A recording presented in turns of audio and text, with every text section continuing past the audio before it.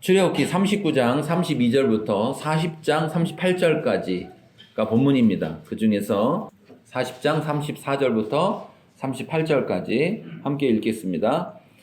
구름이 회막에 덮이고 여호와의 영광이 성막에 충만하매 모세가 회막에 들어갈 수 없었으니 이는 구름이 회막에 덮이고 여호와의 영광이 성막에 충만함이었으며 구름이 성막 위에서 떠오를 때에는 이스라엘 자손이 그 모든 행진한 길에 앞으로 나아갔고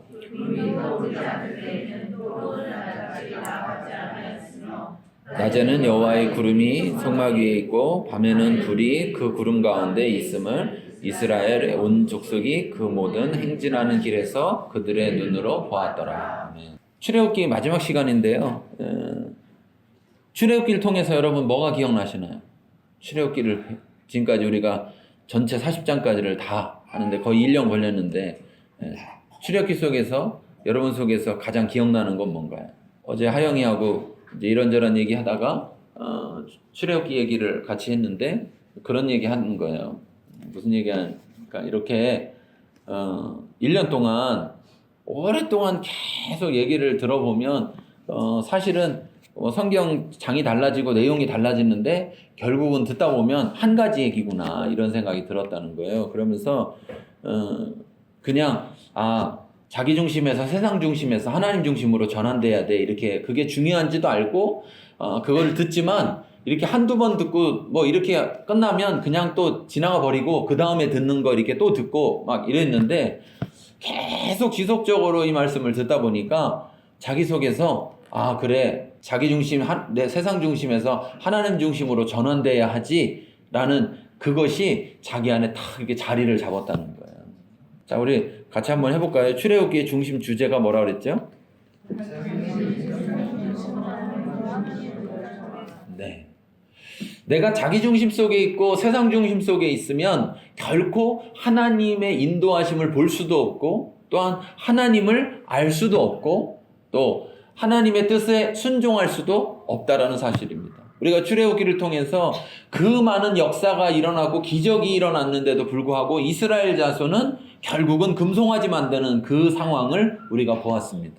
하나님의 역사가 안 일어나서가 아니라 10가지 재앙이 있었고 그리고 뭐가 있었죠? 홍해가 갈라지는 일이 있었고 또 마라의 쓴물에서 쓴물이 단물로 마실 수 있는 물로 바뀌는 일이 있었고 물이 없는 곳에서 반사 걸치면서 물이 나오는 사건이 있었고 먹을 것이 없다고 해서 만나와 메추라기가 내리는 그것도 그냥 가서 걷어오기만 하면 되는 그러한 일들이 그렇게 수없이 많이 있었음에도 불구하고 이스라엘 백성들이 자기 중심 속에 머물러 있을 때에는 하나님 앞에 언약을 맺겠다고 했음에도 불구하고 모세가 하나님 앞에 나아갔을 때 그들이 하나님과의 시간이 떨어지니까 모세가 금방 나타나지 않으니까 그들이 선택한 것은 금송아지를 만들어서 저게 우리를 인도하는 하나님이다라고 말하는.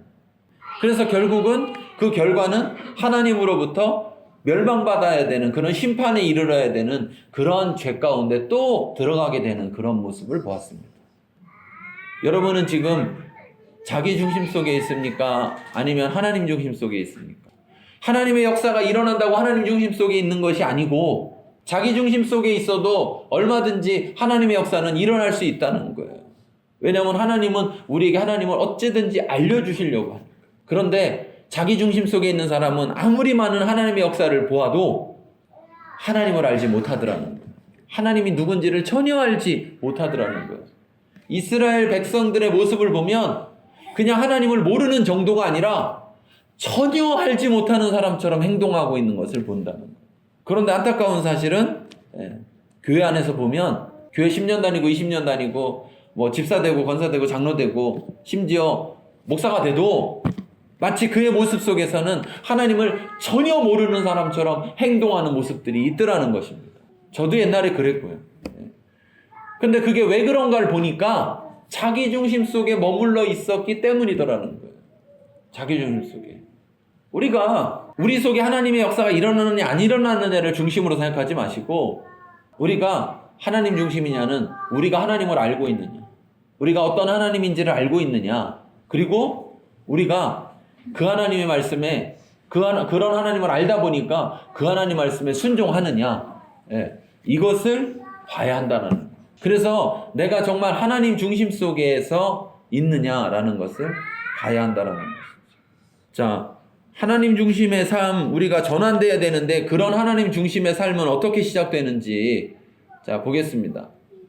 같이 읽겠습니다.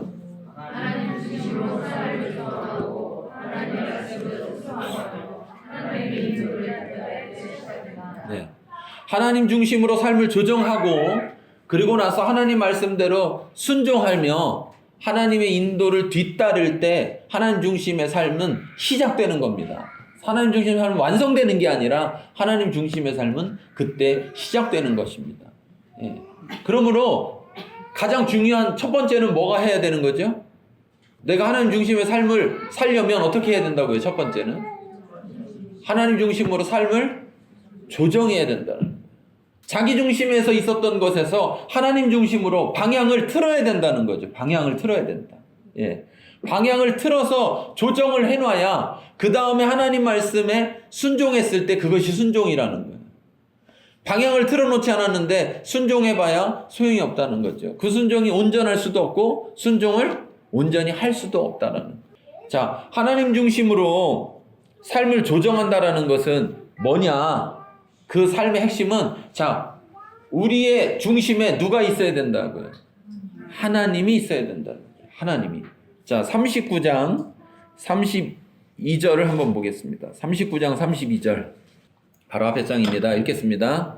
이스라엘 자손이 이와 같이 성화하고 행하기 모든 역사를 마치되 여호와께서 모세에게 명령하신 대로 다 행하고. 네, 39장 42절부터 43절. 그래서 모세에게 명령하신 대로 이스라엘 자손이 모든 역사를 마치되 모세가 그 마친 것을 본즉 여호와께서 명령하신 대로 되었으므로 모세가 그들에게 축복하였더라. 네. 이 장면을 가만히 보면 뭐를 생각나게 하냐면 창세기를 생각나게 해요. 창세기를. 네. 하나님이 이 세상을 다 창조하신 후에 그것을 보시고 좋았더라. 그리고 사람에게 뭐 왔습니까? 제일 먼저 하신 일이 뭐예요? 사람에게 제가 창세기를 그렇게 얘기를 많이 하는데도 하나님이 다 만들어 놓으시고 사람에게 제일 먼저 하신 일이 뭐예요? 아니 그러니까 다 만들었더니 보기 좋았어요. 네. 자, 그 다음에 그냥 보기 좋은 거로 끝난 게 아니라 사람에게 뭘 하셨어요? 가장 먼저. 그렇죠. 복을 주셨어요. 하나님 중심의 삶의 시작은 하나님이 복을 주시는 겁니다. 다시 말하면 우리가 하나님의 복을 받지 않으면 하나님 중심의 삶을 살 수가 있다 없다? 없다. 하나님 말씀에도 순종할 수 있다 없다? 없다는 거예요. 근데 우리는 이상하게 거꾸로 가고 있는 거죠.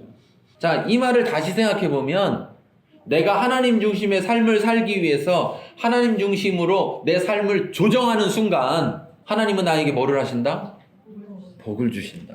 나는 아직 아무것도 한 게 없어요. 그냥 방향만 틀었을 뿐이야. 그런데 하나님은 복을 주신다. 왜? 복을 주셔야 그 길로 걸어갈 수가 있기 때문에. 복을 주셔야 생육하고 번성하고 땅에 충만하고 땅을 다스릴 수가 있기 때문에. 복을 주시지 않으면 그럴 수가 없다는 거예요. 그런데 자기 중심 속에 있으면서 세상 중심으로 살아가면서 하나님한테 복을 달라고 하는 거예요. 복을 달라고.